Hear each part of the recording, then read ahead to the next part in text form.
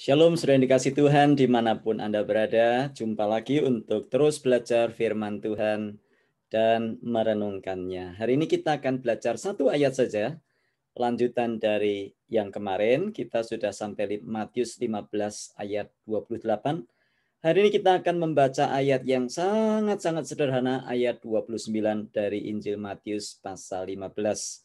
Yang demikian bunyinya. Setelah meninggalkan daerah itu, Yesus menyusur pantai Danau Galilea dan naik ke atas bukit, lalu duduk di situ. Wah, apa ini maksudnya? Ayatnya kok cuma bilang begitu ya? Memang sepintas ayat ini tidak ada maknanya apa-apa. Tapi kalau kita membaca konteksnya, konteks itu maksudnya ayat-ayat sebelumnya, ayat-ayat setelahnya, perikop sesudahnya, sebelumnya, pasal-pasal sebelum dan sesudahnya, maka kita akan mendapatkan makna yang sangat dalam dari ayat ini. Itulah pentingnya mengapa saya menekankan berkali-kali kalau kita membaca Alkitab, pahami konteksnya. Ketahui ayat-ayat sebelum sesudahnya, pasal sebelum sesudahnya, supaya kita tidak copot ayat keluar dari konteksnya. Karena artinya sangat berbeda dan kita kehilangan maksud sesungguhnya dari apa yang dikehendaki oleh firman Tuhan itu sendiri. Nah, ayat ini berkata, setelah meninggalkan daerah itu. Maksudnya apa? Maksudnya setelah meninggalkan daerah Fenisia atau daerah Tirus dan Sidon, itu di tepi pantai yang sekarang dimiliki oleh Lebanon. Ada apa di Tirus dan Sidon? Nah, kita mesti cek ada apa ini di Tirus dan Sidon. Kita membaca dari bahasan selama 2-3 hari yang lalu yang sudah kita bahas bersama-sama. Yesus menyembuhkan anak dari seorang perempuan Kanaan yang kerasukan setan. Nah, sebelum ke Tirus dan Sidon, Yesus ada di mana? Yesus ada di Galilea, di tempat pelayanannya. Jadi Yesus meninggalkan daerah Galilea untuk pergi ke daerah Tirus dan Sidon yang jaraknya antara 50 sampai 80 km hanya untuk melayani satu orang. Satu orang ini bukan orang penting dalam tanda kutip, karena dia hanyalah seorang anak dari perempuan Kanaan, atau boleh dikatakan perempuan Kanaan yang disebut orang Israel sebagai dalam tanda kutip anjing, karena mereka adalah orang kafir. Nah, setelah melayani satu orang ini, Yesus pulang kembali ke daerahnya, ke daerah Galilea. Wah, kok cuman segitu ya Tuhan?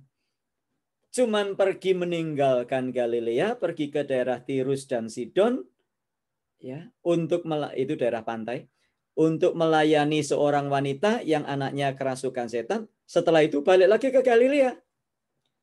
Orang Amerika bilang what a waste, ya. Wah, cukup menyia-nyiakan. Cuman satu orang. Ya kalau untuk KKR yang datang 3.000, 4.000 ya lumayan. Satu orang pun wanita Kanaan, satu orang pun wanita yang disebut sebagai wanita kafir. Dia bukan bagian dari orang Israel. Nah, siapa orang Kanaan? Kenapa disebut sebagai wanita Kanaan? Kanaan artinya dari bahasa Ibrani Kenaan, artinya rendah atau datar.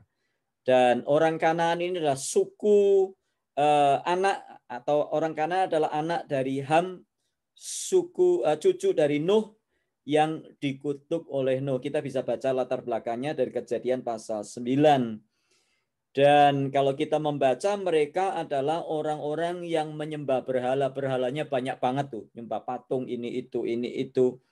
Nah, luar biasa sekali yang dilakukan Yesus ini, yang memberikan pelajaran kepada kita sekalian pada hari ini bahwa setiap orang di atas muka bumi ini adalah berharga dan mereka adalah jiwa-jiwa yang harus dikasihi dan dijangkau serta diselamatkan. Inilah yang dilakukan Yesus. Itu sebabnya Yesus meninggalkan Galilea untuk pergi ke daerah Tirus dan Sidon, siapapun mereka. Bahkan walaupun mereka adalah orang-orang yang terkutuk, dalam tanda kutip, orang-orang yang mungkin bagi kita tidak bernilai, ya mungkin cuman asisten rumah tangga, mungkin cuman ibu rumah tangga yang tidak ada apa-apanya, ya. Bahkan mungkin mereka adalah orang-orang penyembah berhala, atau mungkin mereka adalah orang-orang yang membenci kekristenan. Mereka adalah orang-orang yang perlu dijangkau. Mereka adalah jiwa-jiwa yang perlu diselamatkan. Siapapun mereka, termasuk yang membenci Anda dan saya. Nah, hari-hari ini populer di dunia, di sekitar kita, istilah kadrun. Entah siapa yang pertama kali mempopulerkannya. Ya, kata kadrun itu sekarang sudah menjadi semacam satu istilah yang seringkali dipakai oleh semua orang. Dikit-dikit kadrun, kadrun. Kata kadrun itu kependekan dari kadal gurun, untuk menunjuk kepada orang-orang tertentu dengan atribut tertentu.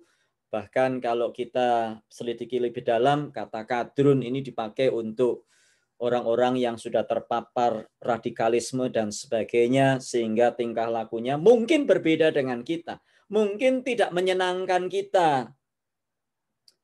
Namun memang kata kadrun ini dalam pemakaian selanjutnya menjadi lebih luas, dan seseorang dengan mudahnya menyebut orang yang tidak disukai itu dengan istilah kadrun. Sayangnya, orang Kristen sudah terjebak untuk ikut-ikutan dan menggunakan kata itu sebagai kosakata yang sudah wajar dalam kehidupan sehari-hari. Nah, pertanyaan saya, kalau Anda dibilang kadrun, mau nggak? Tapi kenapa kita terlalu enteng dan mengadopsi begitu saja dan kita tidak memfilter menggunakan firman Tuhan, apakah kira-kira kata ini pantas diucapkan? Nah, kalau kita merenungkan Matius 15 di ayat-ayat sudah kita baca, sudah kita pelajari hari-hari ini, coba kita berdiam sejenak, ya, jangan emosi, berdiam sejenak, merenung. Pantas nggak ya kira-kira kata itu digunakan? Bahkan sekalipun untuk orang-orang yang memusuhi Kristen. Kira-kira apa yang diteriakkan Tuhan Yesus pada waktu dia ada di kayu salib? Yesus berkata, ampunilah mereka ya Bapa, sebab mereka tidak tahu apa yang mereka lakukan. Yesus kan nggak teriak-teriak, kadrun, kadrun, kadrun. Nggak begitu kan? Nah, Yesus datang ke wilayah Tirus dan Sidon hanya untuk melayani seorang kadrun. Karena bagi Tuhan Yesus, tak seorang pun pantas dipanggil kadrun. Karena mereka sejatinya membutuhkan keselamatan yang dari Tuhan Yesus. Bahkan bila kita mau berdiam diri sejenak, ya, merenungkan siapa diri kita di hadapan Allah. Anda dan saya ini adalah kadrun di hadapan Allah.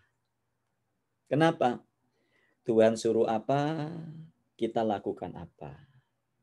Tuhan suruh kita mengasihi, kita malah membenci. Tuhan nyuruh kita mengampuni, kita malah balas dendam. Tuhan bangunkan kita untuk berdoa, malah kita nonton drama Korea. Tuhan suruh kita setia, malah kita jalan-jalan terus. Nah, kita ini kan kadrun di hadapan Tuhan sebetulnya. Nggak layak kan? Namun toh Yesus rela datang ke dalam dunia untuk menyelamatkan Anda dan saya. Itu sebabnya mari kita berubah. Tidak perlu kita harus berkata kadrun, kadrun, dan kadrun. Sebab kita semua dipanggil untuk hidup berbeda dari cara hidup yang dilakukan orang-orang dunia. Hanya karena kata itu diucapkan oleh seorang yang tokoh, seseorang yang terkenal, seorang yang berpengaruh, seseorang yang followernya banyak di media sosial, bukan berarti kita harus ikut-ikutan.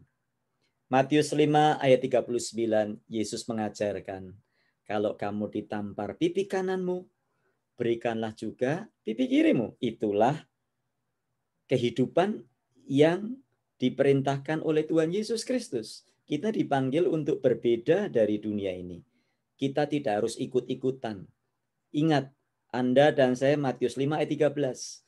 Kamu adalah garam dunia yang tugasnya menggarami dunia ini.